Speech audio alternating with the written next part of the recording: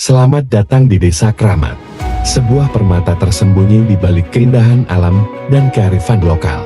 Saksikan keajaiban budaya, keindahan alam. Di sini, harmoni antara tradisi, alam, dan perkembangan terus terjaga.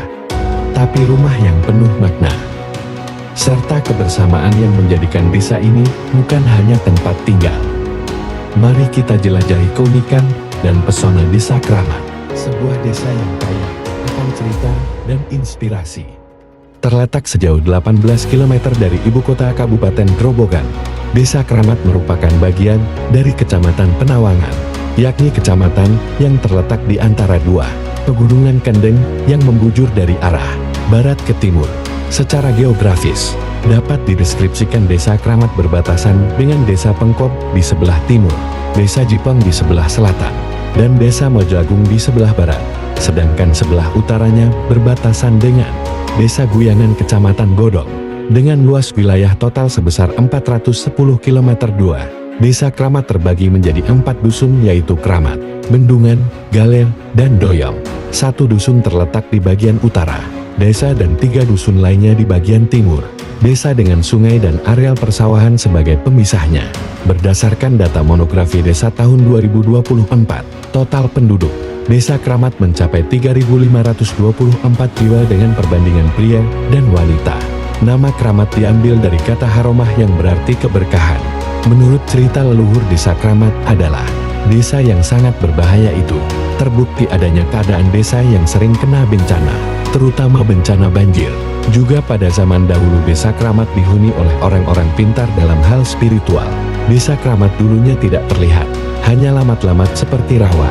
Konon ceritanya, untuk mengatasi agar tidak kena banjir berkepanjangan maka perlu dibendung, makanya dinamakan Dusun Bendungan, dari pepohonan yang sangat tua yang sudah berurat di dalamnya.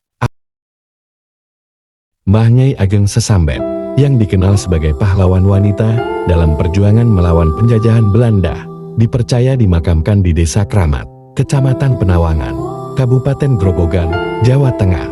Nama asli beliau adalah Kartika Ranadewi. Lahir dan tumbuh di lingkungan yang penuh kesederhanaan, tetapi darah biru mengalir di tubuhnya.